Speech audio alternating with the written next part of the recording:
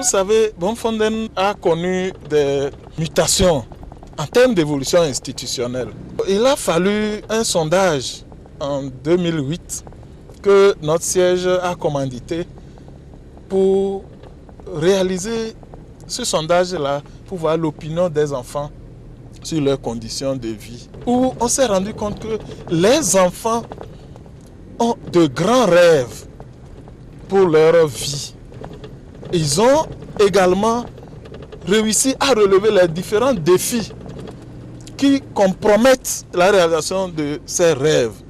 Et c'est là où ils n'ont pas hésité à relever tout ce qui leur fait peur dans leur système éducatif ou dans leur système d'apprentissage.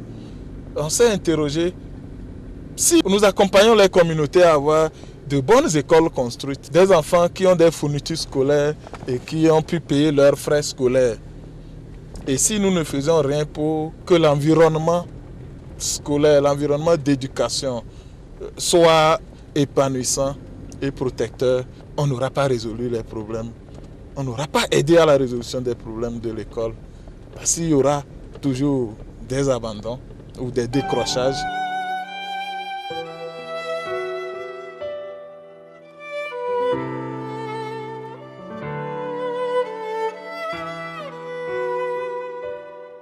Pelle est une localité de la préfecture de Hao. Le projet Éduquer autrement 2 prend en compte les établissements de la région des plateaux dans le lycée Pelle. Ce projet Éduquer autrement 2 fait suite à un autre, DI 2011, de 2011 à 2014, où il a été question de faire un diagnostic de la situation des enfants en matière d'éducation. Et les faits ont parlé d'eux-mêmes en termes de violence dans les différentes zones d'intervention de Bomfonden, notamment la région maritime, région des plateaux et de la Kara. Et suite à ce diagnostic, l'exécution d'une première phase de 4 ans a permis de révéler effectivement que les violences prévalent dans les établissements, notamment du secondaire. Aux critères de choix, les résultats en termes de changement obtenus par le premier projet de 2011 à 2014 ont permis d'identifier une autre piste pour solliciter un autre appui financier pour maintenir un certain nombre de comportements. Depuis janvier 2015, le nouveau projet dénommé Éduquer autrement 2 a fait surface et a permis aux enseignants d'améliorer sensiblement leurs pratiques. Il y a eu des formations, il y a eu des renforcements de capacités de ceux qui avaient eu la première formation. Il y a eu, entre autres, des suivis, et ce qui a permis aujourd'hui aux apprenants de se sentir à l'aise dans un cadre épanouissant scolaire. Avec le projet Éduquer autrement, nous avons commencé par faire les visites de classe. Donc visiter un enseignant ne veut pas dire qu'on a des tares, au contraire, on participe, on améliore sa prestation. Nous avons commencé par élaborer collégialement les corrigés types à la suite des évaluations. Au niveau des rapports entre élèves et enseignants, il y a beaucoup plus de contacts faciles. Nous pouvons dire qu'au début, la chose n'était pas aussi aisée que ça. Il y a eu beaucoup de résistance de la part de nos partenaires, des acteurs de l'éducation eux-mêmes, notamment les enseignants, les chefs d'établissement, les surveillants et même les élèves qui pensaient au prime abord qu'on ne peut pas les éduquer sans le bâton. Donc, nous avons persévéré puisque nous avons une sorte de conviction qu'on pourrait éduquer sans la violence. Et au fil des ans, nous avons obtenu un certain nombre de résultats.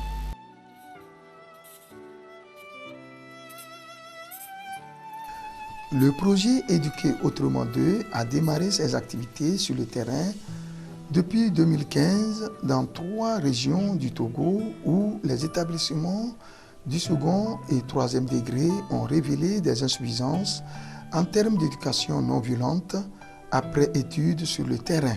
Après l'exécution du projet, l'heure est au bilan du projet au niveau des clubs, des enfants, des établissements couverts par le projet Éduquer autrement 2.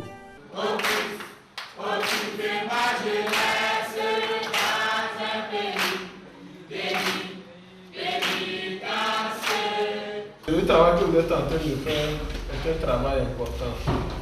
La situation avant le projet, les activités ou les actions menées durant la mise en œuvre du projet et les effets ou les changements que vous-même vous observez. Dans nos établissements, avant le projet, les cas de violence étaient persistants et il y avait la multiplication des violences comme les violences sexuelles, violences physiques et les violences morales. Donc c'est ces cas de violence qui se persistent. Et en ce cas aussi, il y avait l'utilisation des bâtons, ce qui empêche maintenant l'évolution des élèves dans nos établissements. Donc à l'arrivée du projet et par la multiplication des sensibilisations des pères éducateurs, ça a diminué un peu. Aujourd'hui, nous sommes en atelier avec tous les pères éducateurs de notre préfecture pour faire certains échanges. Ce travail consiste à revoir nos sensibilisations qu'on a faites depuis 2015 à 2017. Avant, quand on convoquait les parents pour arriver, pour faire des sensibilisations, la plupart des parents n'arrivaient pas. Maintenant, grâce à l'utilisation des visiteurs à domicile avec les parents, et nous avons pu éclaircir ce qui est dû à la notion de la non-violence. Donc, ils ont pu avoir certaines notions sur l'importance de la non-violence dans la société.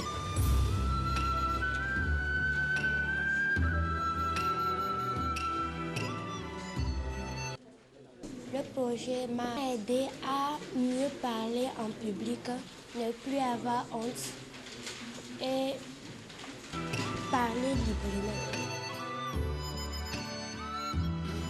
Exécuté par la Coalition nationale togolaise pour l'éducation pour tous et l'ONG Bonnefontaine, ce projet accueille les acteurs de l'éducation en vue de sa capitalisation à l'hôtel Le Berceau à Notier, dans la région des Plateaux. Nous nous sommes rencontrés pour faire un récapitulatif des retombées du projet Éduquer autrement qui éradique la violence en milieu scolaire. Donc, à travers ce projet, nous avons appris à remplacer les punitions par les sanctions. Et chaque établissement a sa spécificité. Donc, il s'agit de capitaliser les bonnes pratiques et de les partager, de les vulgariser pour voir ce que nous pouvons mutualiser ensemble pour la pérennisation de ce projet.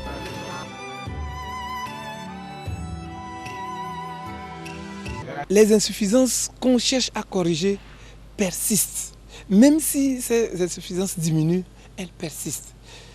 Je me dis que si le défi de continuer par mener les sensibilisations dans le but de pérenniser l'action est relâché, qu'adviendra-t-il avec ce que nous constatons?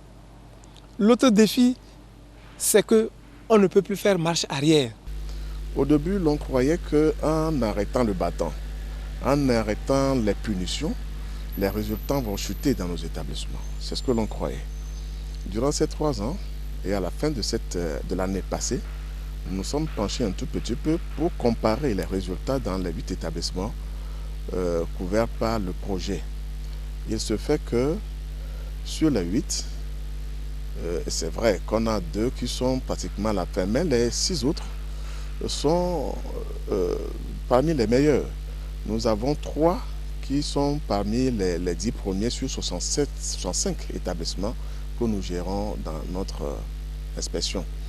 Ceci dit, nous croyons que le fait de croire qu'en supprimant le bâton, les résultats vont chuter est erroné. Parmi les établissements couverts par le projet figure en bonne place le lycée de Siou dans la région de la Kara. Ici, les élèves parents d'élèves, bref, les acteurs éducatifs ont compris la nécessité d'une éducation sans violence. Bien avant le projet, il y avait aussi les travaux champêtres également. Et il y a des pères éducateurs qui sont mis en place. Ils reçoivent des formations régulièrement. Il y a des encadreurs, il y a l'administration, il y a les enseignants qui reçoivent donc des formations. Et dans les classes, chaque professeur établit le contrat didactique avec les élèves à chaque rentrée scolaire. Pour ce point, le professeur aussi donne ce qu'il veut des élèves. Peut-être il dira qu'il veut, quand il commence par expliquer le cours, qu'il y ait un silence total. Donc ensemble, on prend des mesures qui nous favorisent, qui favorisent le déroulement du cours et de notre environnement dans la salle. Le contrat didactique permet donc aux enseignants et aux élèves effectivement, de savoir effectivement se conduire l'un envers l'autre et d'éviter donc de mettre trop les enfants dehors parce qu'il a posé tel acte. Quand l'enfant pose l'acte, on se réfère en même temps au contrat didactique. Les difficultés sont, nous avons les retards. Quand on voit que les gens viennent trop en retard, on organise une sensibilisation. Donc on les sensibilise sur les retards et les faits du retard. Nous sommes ici avec le club des enfants du lycée de Paloa qui se concertent pour trouver une solution idoine aux retards répétitifs accusés par leurs camarades.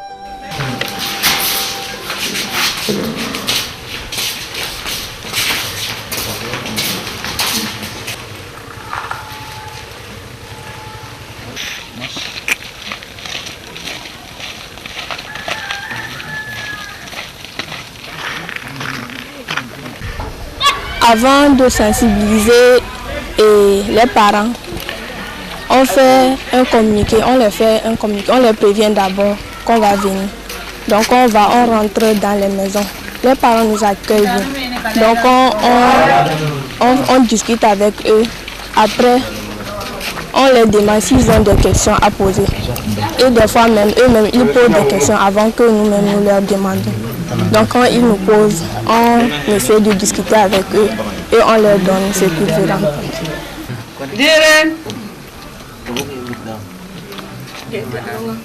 Sukun tebe kata tora tuturumba e jot le ara jorali ame tinyan tuturu maro de ninya be pamen sa bonwe makona ka ba ma i arule ma wo ma min ba jaman matamina akele ba jama ene. Je suis l'unique fille et comme mes camarades sont venus voir mes parents et mes parents ont accepté de me diminuer les tâches, donc je m'engage à être à l'heure à l'école. On a pu détecter les problèmes qui causaient le retard de notre camarade. Après notre discussion avec les parents, on est confiant que les parents vont diminuer de charge à leurs enfants pour qu'elles viennent maintenant à l'heure à l'école. Aujourd'hui, la plupart de ces enfants et jeunes membres des clubs ont compris ce qu'est leur droit, ce qu'est leur devoir et essayent tant bien que mal de collaborer avec l'administration scolaire, de collaborer avec leurs parents au sein des associations de parents d'élèves et même les leaders communautaires pour travailler à changer les comportements de leurs camarades élèves pour remplir leurs devoirs et obtenir de meilleurs résultats scolaires. Pour plus d'efficacité du projet Éduquer autrement 2, les parents aussi se réunissent au sein d'un club pour débats réguliers en vue de trouver des meilleures pistes pouvant aider à conduire et éduquer leurs enfants selon l'esprit du projet. Les enfants étaient trop menacés. Ils abandonnent les classes parce qu'on les menace à la maison et aussi dans les écoles. Donc avec le projet Éduquer autrement et qui parle de la non-violence, il y a eu des sensibilisations communautaires que nous l'avons fait. Et il y a eu aussi mis un mécanisme communautaire qui maintenant nous a permis de bien faire. Il n'y a pas bastonnage, il n'y a pas corvée dans les champs, ni à l'école. Tous les enfants savent ce qu'ils doivent faire. Ils s'auto-organisent et même sensibilisent leurs pères et tout marche pour de bon. Avant, peut-être l'enfant, tu vas dire fais ceci, tu menaces l'enfant. Mais avec l'initiative de Bonne Fontaine, ce qu'ils disent, les enfants eux-mêmes nous ont conduit même à comprendre ce que c'est que la vie. Nous avons bien accueilli ce projet Éduquer autrement. Et les clubs dans les écoles, chaque fois quand ils tiennent des réunions, ils ne manquent pas de venir nous informer, de nous inviter. Et même les responsables, ceux qui viennent parler aux enfants, on a été toujours ensemble. Et on a toujours dit, bien partager ce qui est bon et ce qui n'est pas bon. Nous venons des établissements tels que le CG Coucou, le lycée de Sioux et le CG Palois. Vous vous êtes rendu compte au CG Coucou, par exemple, les parents étaient en réunion justement pour faire le bilan de leurs actions en termes d'appui aux initiatives de protection des enfants. Les acteurs s'intéressent à la thématique.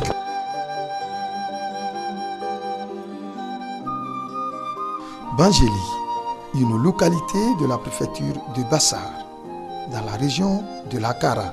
Ici, le projet Éduquer autrement 2 reste un projet révélateur dans cet établissement.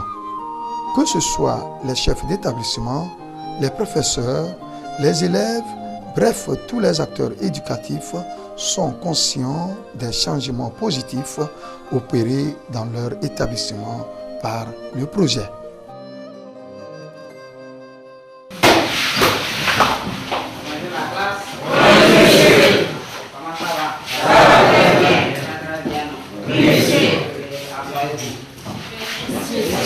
Comme d'habitude, nous allons procéder au contrôle.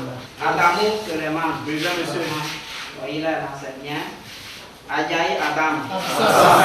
Ah, qui s'assert derrière. Adjaï Adam. Il est absent. Il était là, non? Oui, il était là hier. Qui connaît chez lui? Monsieur. Oui. Qui c'est vous? Il a quoi? Il est malade. Il est malade, il souffre de quoi? Il a des maux de tête. Les maux de tête. Là, on lui souhaite une bonne guérison, n'est-ce pas? Il faut dire que vous savez que l'absence à l'école n'est pas tolérée, n'est-ce pas? Donc, il doit remplir toutes les conditions de cette absence. Ça suppose quoi? Ça veut dire qu'il doit aller se faire signer sa carte pour venir présenter ça à la surveillance avant d'intégrer la salle. C'est comme des sujets que je vous ai donné. Quelqu'un, oui. C'est toi, sujet. On est d'accord, non? Oui. Donc rapidement, je vais vérifier ça. Oui, c'est bon. Oui, c'est bon. Oui, votre exercice. Tu dis, tu n'as pas fait. Ah, voilà, il nous a découragés. Oui. Alors que tout le monde a traité. Le fait de ne pas traiter les essais, vous direz que la raison c'est les activités champêtres à la maison. C'est la raison pour laquelle tu n'as pas pu traiter. Ok, assieds-toi. Donc, vous savez que celui-là qui ne traite pas un exercice de maison, c'est la sanction, non? Oui, monsieur. Voilà. Et au début de l'année, nous avons signé quoi? Un contrat entre 12 et moi. On a prévu certaines choses. Et donc, concernant la spécificité de son cas, celui qui ne traite pas un exercice, quelle peut être la sanction? Vous voyez qui se rappelle? Vous voyez? Celui qui ne traite pas son exercice, vous voyez, sa position est qu'il doit reprendre l'exercice 15 fois. Voilà, il doit reprendre l'exercice au moins 15 fois. Le projet est venu vraiment nous aider ici à Bangély. Je crois que le projet a vraiment beaucoup fait. Parce que maintenant, si le professeur donne un exercice, si nous le traitons sans peur. Avant, les professeurs enseignaient avec le bâton. Mais actuellement, ces méthodes ont été supprimées avec l'arrivée du projet Éduquer Autrement 2. Et les enfants sont épanouis dans l'éducation. Le projet aussi nous a montré comment faire. Et ils nous ont dit de faire des travaux de groupe. Donc, nous avons organisé cela et puis c'est ça qui nous permet de pouvoir traiter nos exercices. Mon premier contact avec ce projet, je n'ai pas vraiment cru que je pouvais relever quand même un petit défi. Je suis dans ma 3e année, mais j'ai compris finalement que c'est un projet salvateur. C'est un projet qu'il faut saluer, qu'il faut encourager parce que dans ma manière d'enseigner, ça a changé beaucoup. Éduquer sans violence, franchement, ça m'a appris à me retenir, ça m'a appris à aborder les enfants de façon simple, de façon responsable aussi. Cette année, par exemple, nous avons essayé d'impliquer les collègues du primaire qui, depuis la première phase, n'étaient pas impliqués. Et nous nous sommes dit qu'il est intéressant que les collègues du primaire aient une notion sur éduquer autrement. Le projet Éduquer Autrement, pour cette fois-ci, c'est en partenariat avec la coalition CNT-EPT. Et au niveau même de la région, il y a un responsable régional qui est basé à Kara et qui travaille avec les équipes des unités de développement. Donc au niveau de chaque unité de développement, avec l'ancienne structure, il y avait des CAF éducation. Et le travail se fait en collaboration donc, avec les CAF éducation au niveau des unités qui appuient le responsable régional dans la mise en œuvre des activités du projet. Également, il y a les volontaires nationaux qui sont dans les unités de développement qui font le même travail d'appui. APB, et nous sommes là, et pour agir, pour un avenir. De l'association est née du désir des anciens pères éducateurs ayant œuvré dans le cadre du projet Éduquer Autrement de Bonnefondène Togo et de contribuer à étendre les acquis de ce projet. Tout le monde connaît maintenant ses erreurs et prend une conscience pour améliorer. Ce projet, dans notre circonscription pédagogique, a eu des résultats. Au jour d'aujourd'hui, nous pouvons dire qu'il y a un changement que nous avons constaté dans nos écoles, en tout cas les écoles couvertes par le projet. En l'occurrence, la réduction du taux d'abandon, la réduction du taux de trafic des enfants. Il y a des mécanismes communautaires de règlement des conflits qui sont initiés dans les communautés, dans les établissements, qui permettent maintenant aux parents, tout comme aux élèves, de dénoncer certaines situations, ce qui a permis de résoudre beaucoup de problèmes. Je peux aussi parler d'une certaine prise de conscience de la part des enseignants sur le droit des enfants. Le projet de Bonnefondène, ça constitue un créneau déjà parce que ça permet à l'action sociale d'intervenir sur le terrain, surtout dans les zones où ce projet-là a été mené, de facilement conduire ces actions et se faire comprendre mieux par les acteurs. Donc le ministère continuera à faire son plaidoyer au niveau de tous les acteurs pour la contribution à réduire et à éradiquer la violence contre les enfants. Nous pensons que avec le projet Éduquer Autrement, on arrive à responsabiliser les enfants, à leur donner leurs droits, mais en même temps leurs devoirs. Faire en sorte que y ait un climat apaisé d'apprentissage. Et pour nous, c'est fondamental pour la paix nationale et pour la paix mondiale. Nous sommes extrêmement fiers de ce projet et les résultats obtenus de ce projet. Aujourd'hui, nous sommes là pour pouvoir dire qu'il y a eu un grand changement dans les zones d'intervention du projet. Nous avons vu et entendu que les enfants, les parents, les enseignants, les inspecteurs, les autorités locales, régionales et même nationales ont vu l'utilité d'éduquer autrement. Nous avons, avec une grande fierté, constaté qu'on a pu réussir à obtenir un module de formation en méthode alternative dans leur curricula. C'est ce qu'on appelle unité d'enseignement. Cet enfant est en situation de pauvreté et est exploité pour des travaux dangereux. Mais lorsque vous référencez ça, vous devez le référencer donc aux services compétents. On se demandait pourquoi nous on a été frappés à l'école et aujourd'hui on nous interdit de ne pas taper les élèves, de ne pas les corriger par le bâton, ainsi de suite. Donc ce cours-là nous a été très bénéfique du moment où ça nous parle des méthodes alternatives pour lutter contre ces violences en milieu scolaire. Ça nous protège vraiment, comme l'avait dit le premier, et ça protège aussi les élèves. Pour ce premier cours sur les alternatives aux méthodes violentes en éducation, j'ai mis l'accent sur les conséquences des violences pour les élèves. On a insisté sur le décrochage scolaire, l'abandon scolaire, la timidité, la peur. On a mis l'accent aussi sur les conséquences pour les auteurs de la violence, dont l'enseignant. Les conséquences en termes de poursuites judiciaires, perte de son emploi, problèmes relationnels. Et puis nous insistons aussi sur le cadre de protection de l'enfant, surtout les tests qui viennent directement du ministère de tutelle, qui rappellent chaque fois les conditions dans lesquelles les enfants doivent être éduqués dans nos établissements scolaires.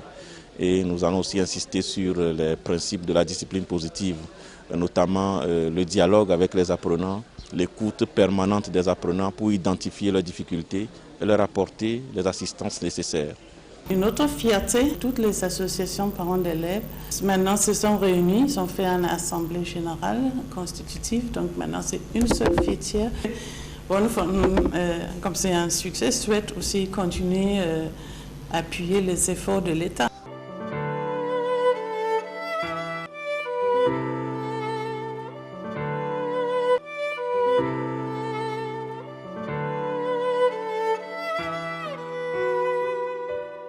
Et nous avons réuni les inspecteurs de l'enseignement secondaire général autour des outils que nous avons eus avec une petite équipe soutenue par l'ONG Bonnefonden et la coalition nationale togolaise pour l'éducation pour tous.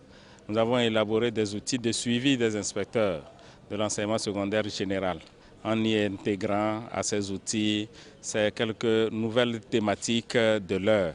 Par exemple, nous avons pris en compte dans ces outils l'environnement de l'école, la non-violence à l'école. Le résultat est fort heureusement louable. Nous disposons maintenant de ces outils qui sont les objets que nous attendions, des outils de travail qui étaient vraiment attendus et qui sont adaptés au terrain. Des acteurs sur le terrain, ceux-ci aspirent à pérenniser les acquis du projet Éduquer autrement.